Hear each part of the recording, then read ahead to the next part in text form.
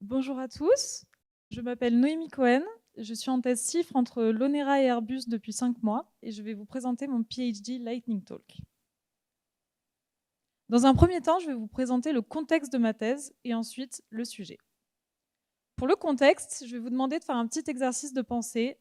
Ce matin, vous êtes pilote d'avion et vous allez effectuer votre premier atterrissage. Il s'agit de l'aéroport de Buenos Aires et vous êtes accompagné d'un copilote expérimenté qui s'appelle Danny. Pour atterrir, vous avez besoin de 9 paramètres. Vous avez besoin de la position de la piste, de la position de l'avion et de l'inclinaison de l'avion. Tout se passe bien jusqu'à ce que vous réalisiez que vous avez perdu l'information sur le paramètre du roulis. C'est le drame. Et donc, vous vous adressez à Danny et vous lui dites que ça ne va pas. Et il dit, non mais ne t'inquiète pas, relax.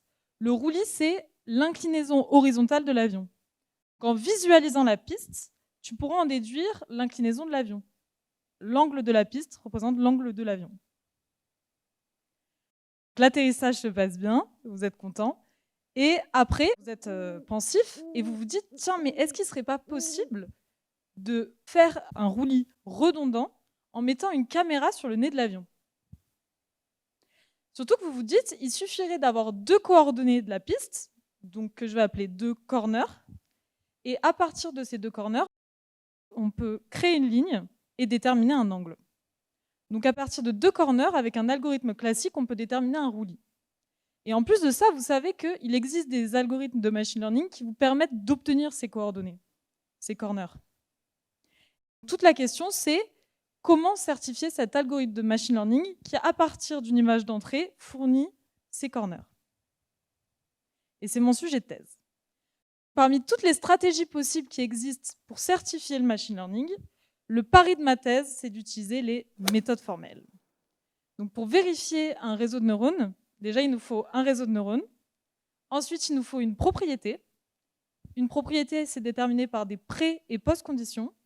Et ensuite, il faut une traduction mathématique de cette propriété pour pouvoir utiliser des outils de vérification. Le réseau de neurones qu'on considère, il prend une photo en entrée et il ressort 2 corners. Donc là, je vais vous montrer sur une autre image. Voilà. Maintenant, on définit une propriété. Une propriété, c'est une exigence sur le comportement qu'on souhaite que le modèle ait. On détermine des préconditions, c'est des contraintes sur l'entrée du réseau, et des post-conditions, c'est des contraintes sur la sortie du réseau. Et notre propriété, ça va être que si une entrée respecte la précondition, alors la sortie doit respecter la post-condition. Pour la précondition, on prend une photo, donc cette photo, et on va la spécifier. On connaît la position de la piste, on considère la position de l'avion qui est égale à la position de la caméra sur le nez de l'avion. On connaît donc sa position, son inclinaison. Ici, il n'y a pas de roulis. Et on considère aussi des conditions environnementales. Donc il fait beau, on est à Buenos Aires, il y a de l'herbe, il n'y a pas de building, etc. Et on va faire varier le paramètre du roulis. Et on va accepter, dans des conditions normales d'opération, un roulis entre 0 degré et 10 degrés. Ensuite, pour les post-conditions, ça peut être défini de plusieurs manières. Ça peut être des exigences métiers, des contraintes techniques, des performances, etc. Et donc là, on va faire appel à Danny, qui va nous donner une exigence métier. Et il va nous dire, bon, sachant qu'il n'y a que le roulis qui varie, là, les corners doivent se situer dans une zone délimitée en rouge. Maintenant, on va traduire cette propriété. Donc on a nos préconditions, on a nos post-conditions. Qu'est-ce que ça veut dire qu'une entrée doit respecter la précondition? Donc on va prendre un petit exemple sur une image à 9 pixels. Cette image à 9 pixels, elle est en noir et blanc, donc comme ici, et on va lui appliquer une translation. Donc chaque pixel va dans sa diagonale. Ça fait qu'on a 5 pixels inconnus en noir et blanc. Ça fait 32 combinaisons d'images possibles. Maintenant, je reprends mon image à Buenos Aires et je lui applique une rotation. On a encore des pixels inconnus.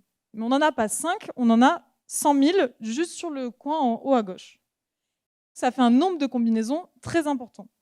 Donc il faut trouver une stratégie pour réduire la dimensionnalité. Est-ce que quelqu'un a une idée de comment on pourrait faire? Non. Bon, on considère qu'on a trouvé un moyen de réduire la dimensionnalité. Et maintenant, on va créer une représentation simplifiée qui englobe tous les cas possibles, ce qu'on appelle une abstraction, et on va pouvoir utiliser des outils de vérification. En fait, on va mettre cette abstraction à l'entrée du modèle de machine learning et on va propager cette abstraction en utilisant des outils d'interprétation abstraite. On va avoir une sortie et ensuite, on va venir superposer la post-condition à cette sortie. Et si la post-condition est vérifiée pour cette abstraction, alors la propriété est vérifiée. Sinon, on ne peut pas conclure. Quels sont les enjeux de ce sujet? Et pourquoi c'est un sujet de thèse? Dans un premier temps, il n'y a pas que le roulis qui est fixé. Et il peut y avoir grand nombre de perturbations. Et quelque chose de plausible, par exemple, c'est qu'il y a un pigeon sur l'image. Ensuite, il faut trouver des bonnes propriétés, puisque malheureusement, Dany n'existe pas. Il faut trouver une abstraction et l'abstraction la plus fine. Et il faut utiliser les outils d'interprétation abstraite dans le cadre de la détection d'objets et faire face aux problèmes de mise à l'échelle. Merci pour votre attention.